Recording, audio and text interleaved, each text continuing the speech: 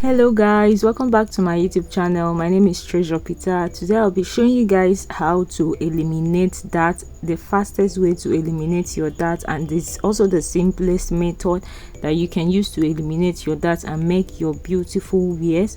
So guys, keep watching to the end if something you're interested in.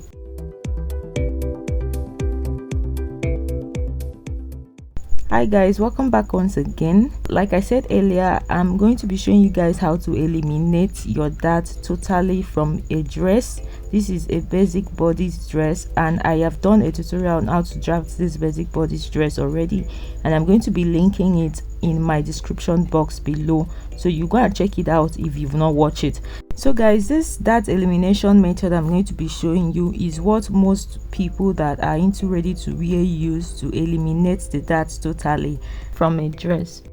I'll be working on the front pattern first before working on the back pattern. So guys, let's go straight into this video. I went ahead to keep aside the back pattern. So for the front pattern, I had to cut it out at the center because I clipped it on full while cutting it at first. So I'm going to just cut it out at the center because I'm going to be using one side to do this demonstration. So the next thing you do is to go ahead to cut it open on the waistline. This is very important, and that's why you need to always mark your waistline. So after opening it on the waistline, we've separated the skirt part from the up part. The next thing I'm going to do is to form another dart from this armhole part to the dart part. So I connected a straight line from the armhole randomly. I did not really take any measurements around the armhole, but for the down part, I stop it at the dart side of this other side, as you can see. So just go ahead to do the same thing. After that, I proceeded to take my dart on the waistline. Remember, our dart intake was 1 inch, so I proceeded to mark out that 1 inch at this side like this, and then I connected it back to the armhole. So this is just like taking out another dart instead of the other one. So we are going to abandon the first dart, and this is now the dart we are focusing on. So after that, the next thing I'll do is to go ahead to open up the darts at that point. So I'll just go ahead to open up on one side. So just do the same thing as you see me doing. I open up to the end, and then the next thing I did was to go ahead to close it. So you can open up and reach the end, and then after that I went ahead to close the dart. So this is just a way of closing the dart. Make sure that the armhole part aligns, and then you can proceed to use a paper tape to tape it down. I didn't find a paper tape, that is why I'm using this gum, but the best thing is to use your paper tape to just tape it down. After taping it down, you notice that there is actually going to be an allowance down here, so there will be a shortness down there. So we are going to still refill that part and replace it. So I'll do the same thing for the down side. I also went ahead to eliminate the dart at the down part. To do that, see the way I'm connecting mine. So let's say about 5 inches below the hip line, and then I connected it back to the dart at the side in this manner. And then at that side, I also went ahead to mark my 1 inch dart intake, and then I connected it back in this manner also, just like I did to the upper part. So after that, I'll just proceed to cut it open just like I did also to the upper part, and then we'll go ahead to eliminate the dart by placing it on top to cover it like this. So just make sure that the down part aligns, but for the up part you can just leave it like that. So I'll go ahead to just gum it. So guys, after gumming it, this was what I had to go ahead to measure to check if my hip measurement was still there, if it was still okay.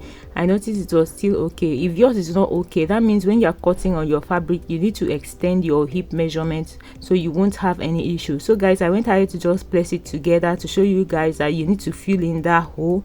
Just go ahead to fill in the space. Use a pattern paper to also make sure to fill in that part, just like you see me doing.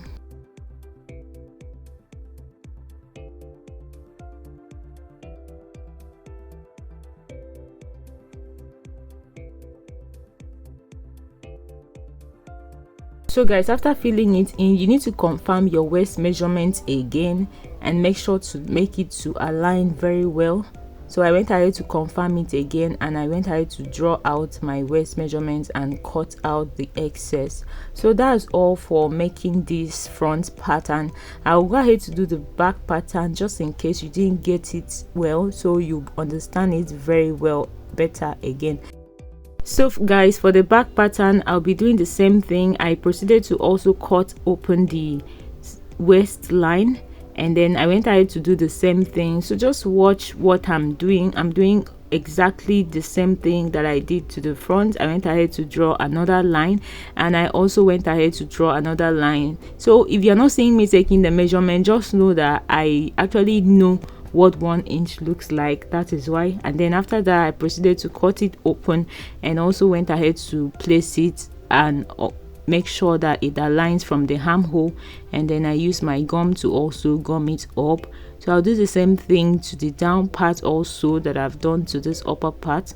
Just like I did to the front side, I also proceeded to also do the same thing. I went ahead to draw a slant line, and then proceeded to take out another dart just like I did to the front side, and then I went ahead to just cut it open and also did the same thing I did. I placed it on top and proceeded to gum it.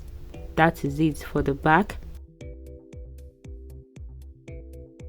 So guys, after that, I also proceed to fill in the gap in between, and then I also proceed to also cut out the back in order to take away the zipper bulge further. So you need to watch till the end to see how I'm going to do this.